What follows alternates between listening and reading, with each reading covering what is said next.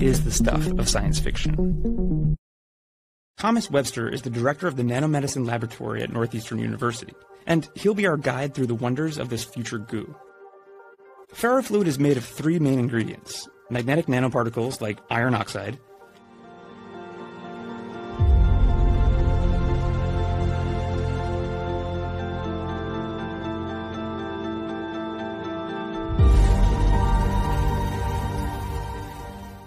a special coating that keeps these particles from clumping together, and a water-based or oil-based liquid.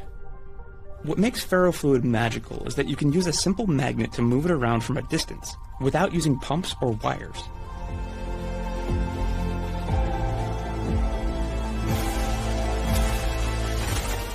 The future of biomedicine is where things get really exciting. Because the particles inside FerroFluid are so tiny, they can seep inside cells. They can seep inside cells. They can seep inside cells.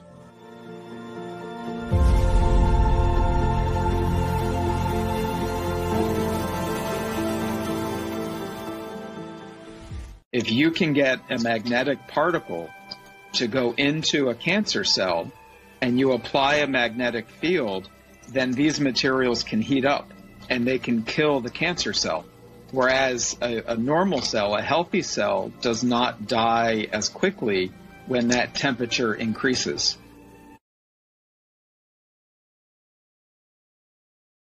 And I'm here today to tell you that we're actually hacking the software of life. You're still sick. They're undergoing a metamorphosis. When they come out the other side, there's something completely different. And so, if you could actually change that, which we call the software of life, if you could introduce a line of code or change a line of code. Healthcare is now one of the leading sectors for graphene applications. Its ultra-thin thickness is ideal for flexible circuits, a potential new way for monitoring people for health purposes.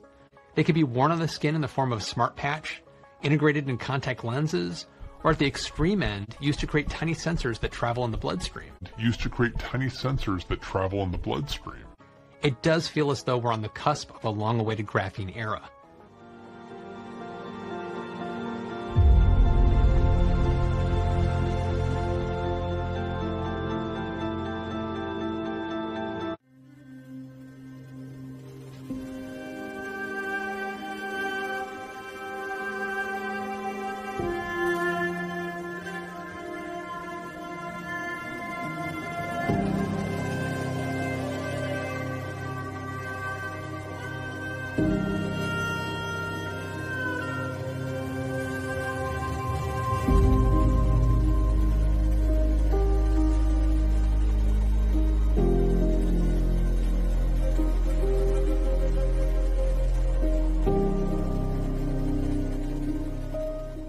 Some Charlotte street lights are giving new meaning to the term purple haze. You may have noticed it yourself, maybe driving around the Queen City at night. Some street lights are actually purple.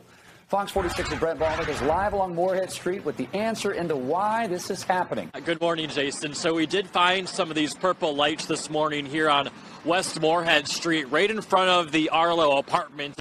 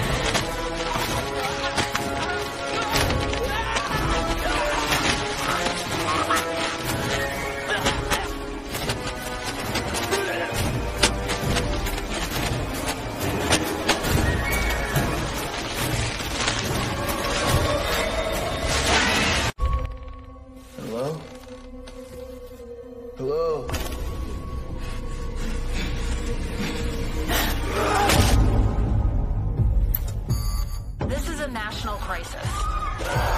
We're seeing bleeding from the eyes, screaming. Find a place to hide and stay there. I do just want to make sure that I share some caution on this because we just don't know the long-term side effects of basically modifying people's DNA and RNA.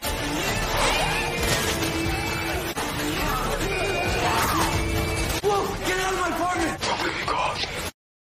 Thanks to a few technology curves, we can now read, write, cut, and paste DNA faster and cheaper than ever, creating a whole new set of instructions beyond what nature intended. The base pairs can be mounted into a chain in a way that functions like a computer, like a logical element. And this is if you visualize this, it's like the old method with telephones, when you were dialing with sound. Every base pair has a resonance frequency. It's somewhere in the terahertz range. And if you hit the right frequency, it is opening, like a light conducting unit. And if you have a chain of these base pairs that react on different frequencies, you need a sequence of sounds to open all the fragments to make the entire thing conductive. So it goes like do-do-do-do-do, and then the next part of the genetic thing is activated to either produce light or to produce poison.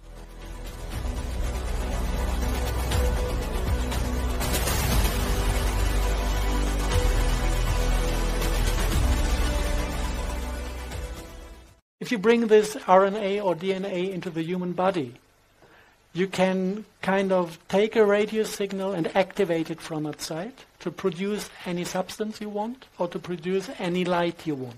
Light is emotion, light is thought, light is everything. Everything we sense as experience of ourselves. And a substance can do everything with us. It can poison us slowly, it can kill us immediately. Picture this. We are infected with this RNA. And the RNA is forming a cluster of 1 millimeter distances around us. And a cluster like this is able to carry a computer program or an artificial, non-physical structure or being. This structure can hoover through the field, but it also can hoover into us. This structure can hoover through the field, but it also can hoover into us. And this structure knows how to access the light production, and it knows how to access the production of poisons. And it also carries intelligence in itself and has the ability to make decisions.